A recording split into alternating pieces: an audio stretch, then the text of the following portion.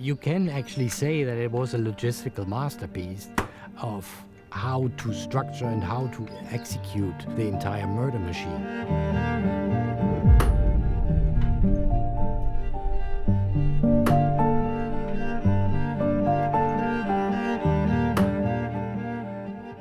My name is Alexander Stuckenberg, and I'm producing Stolpersteine for the Benelux countries, which includes Belgium, Netherlands and Luxembourg. Gunter Demnig actually started doing artwork with leaving tracks, and one of these artwork, which was then mainly the last one, is actually the Stolperstein, which leaves tracks where people once used to live and tells also a bit about the story about the people. It is for Gunter very important that this project is executed by handwork and everything is done by hand, because one of the points which underlines this is that he says that Sobibor and Auschwitz were machines where people were on a machine way killed. He says we cannot produce Stolpersteine which remember these people in a mass production. So that's why we are three guys who actually make the Stolpersteine all by hand.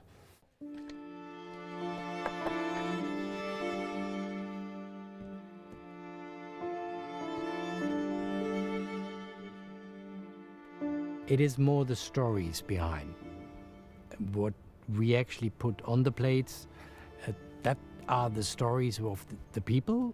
Some victims where we only have the information about the date when they were born and the date when they were killed. What happened in between, sometimes we don't have that information.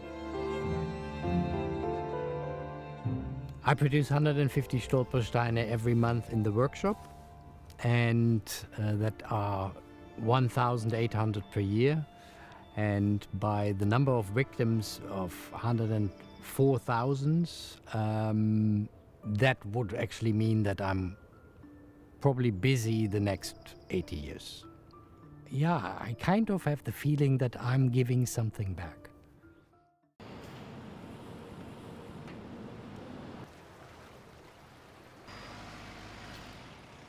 The city of Amsterdam provides us with two guys who actually help us with the Stolperstein laying, and they execute the process of the physical laying of the stones. And I actually choose these two because they are representing for me how we should deal with these kind of situations, and they have the empathy of seeing and feeling how the situations are, and they adjust to that, and it's really incredible how they do that.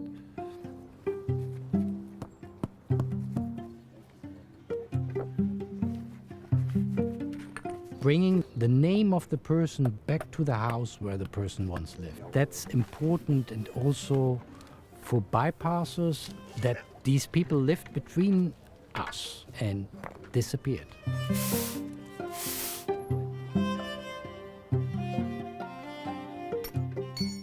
It's our job and we love to do this work, and also with the stones, and it's beautiful to see that everybody who's walking to the streets, they can see it and they don't forget it.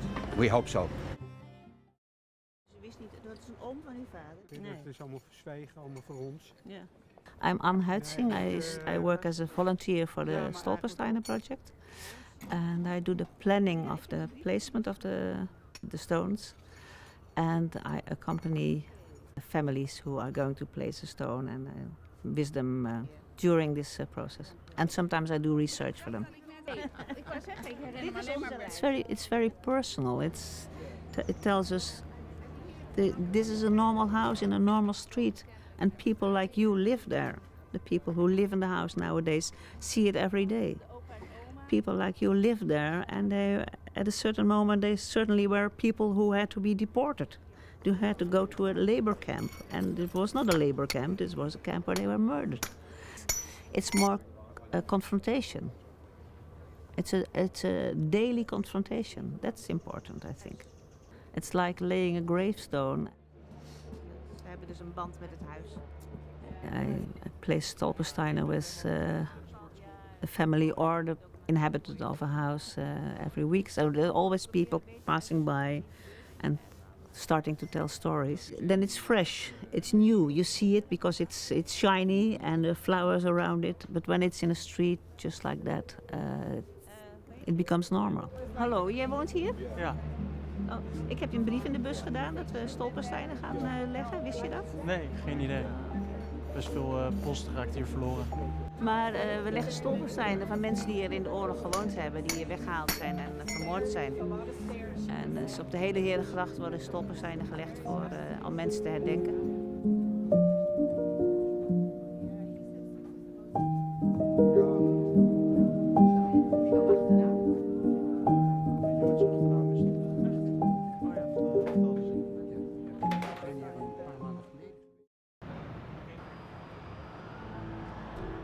So either children would be told all the stories from day one up until the point where they are taking over their parents' trauma, of course, because how can you live with such stories? At the same time, it can also be that there was no talking whatsoever about the Second World War and everything in between. And one of my favorite lines is that the war was always there, even if this presence was silence. It was always there, even if it was not spoken about. It was still there.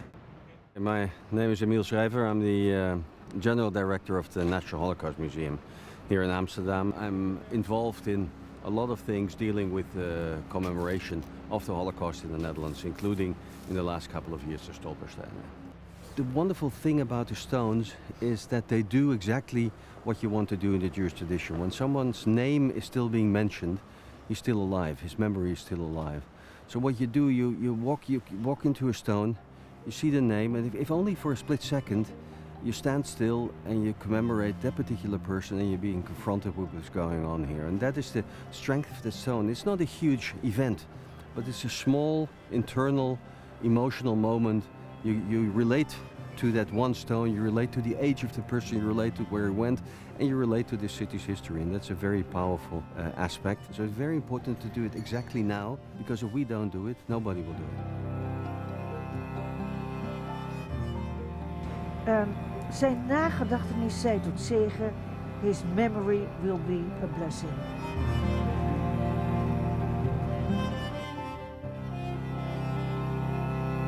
They can't make me more mad. This you can't put aside. This is so dramatic how this happened. How can people decide that Jews have to be killed? You can't understand it. History repeats itself. And if you want to make a change to history, you have to look back and see what happened and what you can change. So yes, this is looking back and knowing that you never want to let that happen again. As long as we know the name, they are not forgotten. This will never be lost, and their memory neither.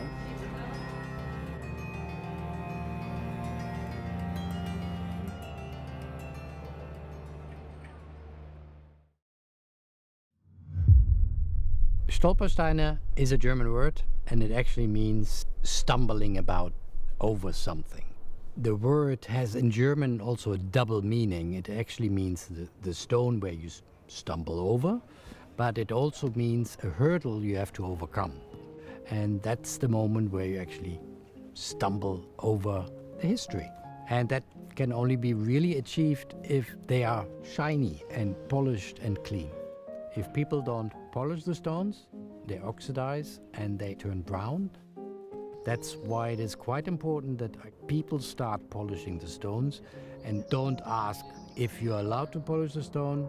Everybody is allowed to polish the stone. You can just polish it.